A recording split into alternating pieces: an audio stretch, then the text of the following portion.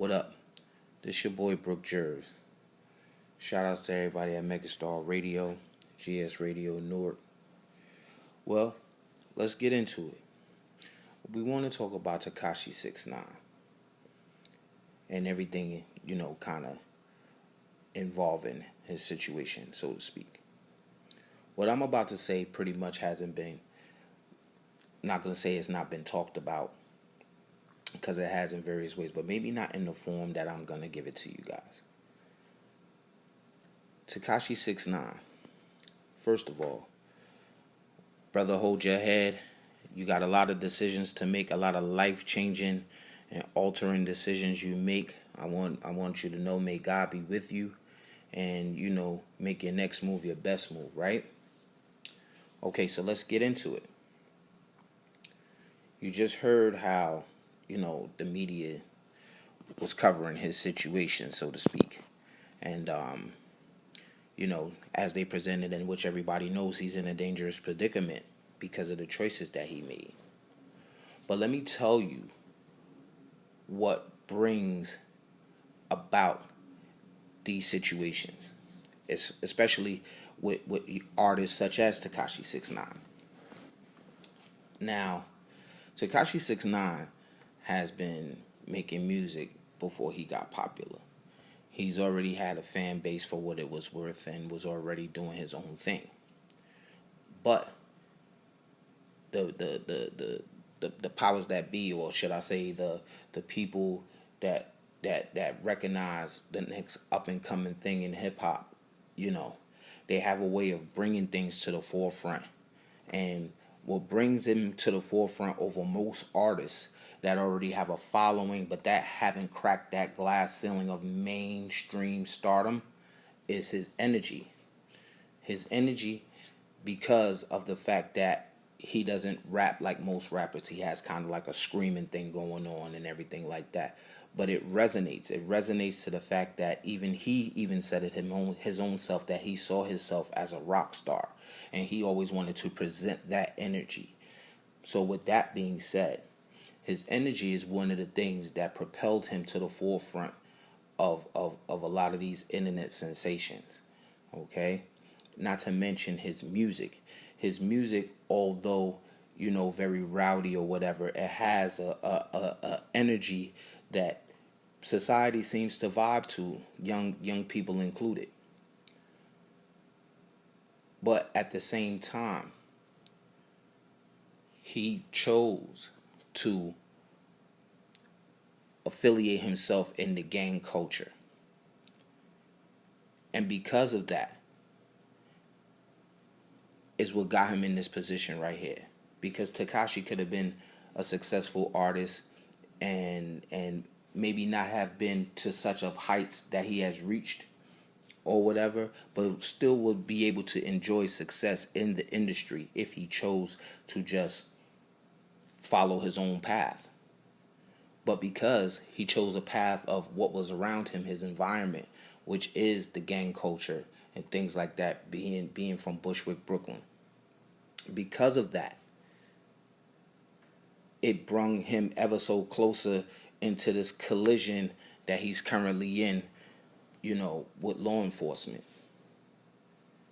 The choices that he made. Because I'm quite sure that, friends and family have been warning him. We've seen numerous interviews where people have been telling him, yo, you're already successful, slow down, chill out, and he basically went through a couple of different extremes.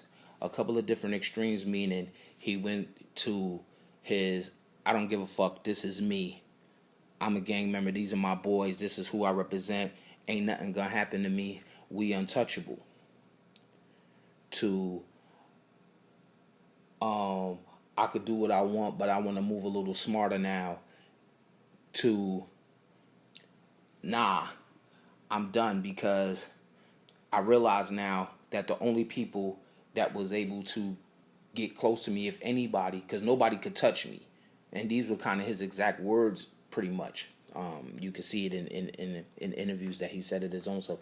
He's pretty much untouchable, and he realized that the only way he could be touched is if the people that was closest to him allowed him to get touched. So how much hardship or how much dumb shit did you have to go through, Tekashi, to realize that the people that are close to you are the people that can touch you? Should we feel sorry for Tekashi? I mean, we can, if you allow yourself to. But again, it's the choices that he made. But let's face it, this is hip hop, right? And hip hop started in the streets. You know, hip hop started as a way to get the young people together and keep them out of trouble, give us our own culture, a way we could understand each other and communicate, a way how we could communicate with the world about our conditions, how we were living in the urban communities. I mean, hip hop is being watched. And if we don't know that through previous years, if we don't know that through the numerous documentaries that have been put out about hip hop police, if we don't know anything else, at least from the Biggie Smalls and the Tupac situation, if we don't know anything else, we know that hip hop is being watched. So when do these artists come into the game knowing that they're being watched and evaluated? And it's okay to chase your bag. Get your bag. By all means, get your bag. But when is it enough to know that you're being watched?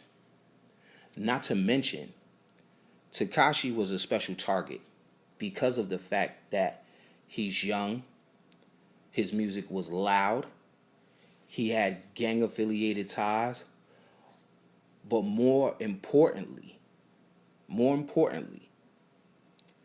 the energy that he brung through his brand of hip-hop music was what dragged the eyes on him.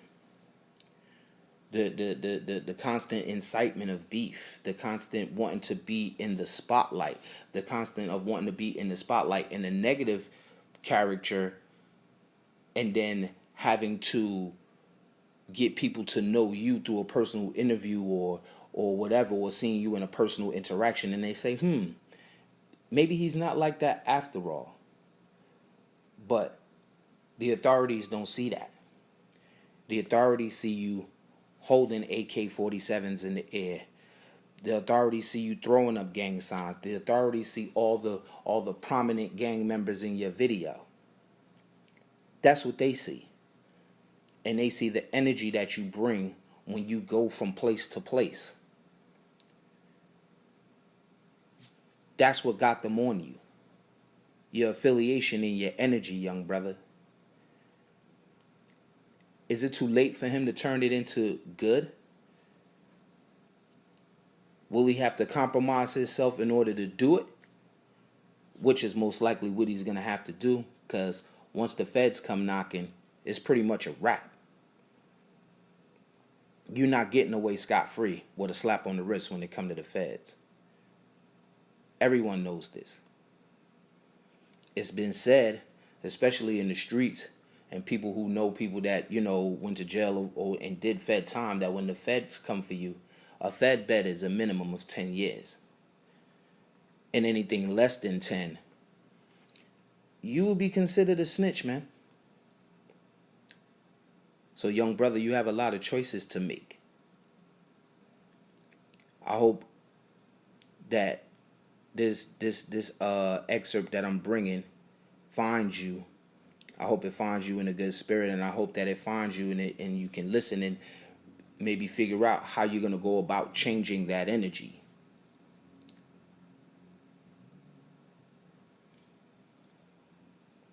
Let's talk about the gang influence on hip-hop and the entertainment industry. Now, it's been said that, a lot of record companies and a lot of artists, have gang ties, and, some have been forced into having gang ties in order to have protection from city to city. A lot of them are in gangs because that's what they chose to do. But do you realize? Do you realize how prominent this stigma is in hip hop that is tied synonymously with gangs? And everybody knows, I guess, like through back in the day, this was a street culture. And a lot of the hip hop in the park in the early stages of hip hop were participated, the audience was predominantly gang members from different gangs, from different parts of the city. You understand? Be it were they coming to beef, battle, or meet to form a truce. Gang affiliation has always been a part of hip hop, but for some reason it seems to have manifested into this shadowy world where if you're not somewhat down with or affiliated with a gang, then most likely you can get taxed, extorted by a gang for your own protection, for your own for whatever reason. I don't think that the gang culture in hip hop is going to go away, but I do believe that artists need to be more responsible of their affiliations with the gang lifestyle, especially if you're not from that lifestyle, because they have people in this world that are born into gang lifestyle from generation to generation to generation. And those people see it as a way of life, as something that they were born into. So they operate by a certain code of rules, guidelines, and adhere to it kind of strictly, and take offense to somebody making a mockery out of it or running around saying that they're affiliated or they're down with this gang. And then when the pressure gets too much, they say, oh, we don't want to be bothered with the gang no more. We got to do away with this. I only trust myself now. I don't trust anybody and everything like that. So that makes you an automatic target, because this is gang lifestyle, and gang culture is not something that you can do the hokey pokey with. You can't put your foot in, take your foot out, put your foot in, take your foot out. Right? In the entertainment industry, they have a thing called hip hop police. Now, their main job is to watch artists, watch who they're affiliated with, watch any gang ties that might be affiliated with any particular artist. So if you notice, artists may say affiliation, artists may throw a sign, but you don't really see them out in a brash way with their gang affiliated situations and going, mainstream all over like this guy, Tekashi 6ix9ine. But the hip hop surveillance is real. And the main reason why they exist is to crush any rebellious energy in hip hop. They want to do that by all means necessary. And when are we, as the public or as the fans of hip hop that love hip hop, will realize this?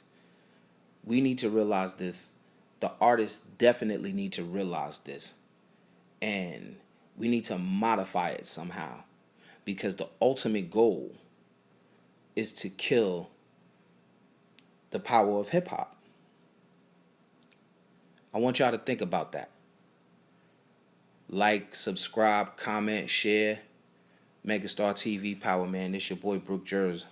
Peace.